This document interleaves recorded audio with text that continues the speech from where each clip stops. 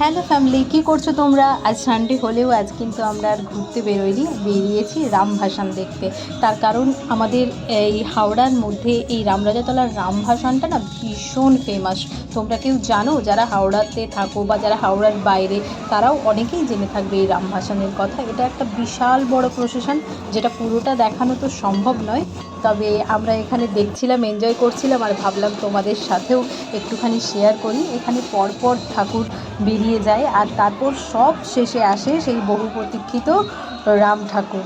তো যেটার অপেক্ষায় সবাই আছে, ছোট থেকে বড়। এখানে পুরো রাস্তা জুড়ে সবাই দাঁড়িয়ে রয়েছে শুধুমাত্র এই প্রসেশন দেখার জন্য।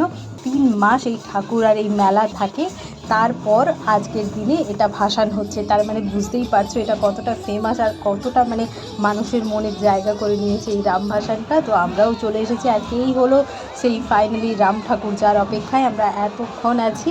তো আমি তোমাদের সঙ্গেও এটা শেয়ার করলাম, কারণ দর্শন করলেও অনেক পুণ্য লাভ হয়। তো চলো, টাটা, গুড নাইট।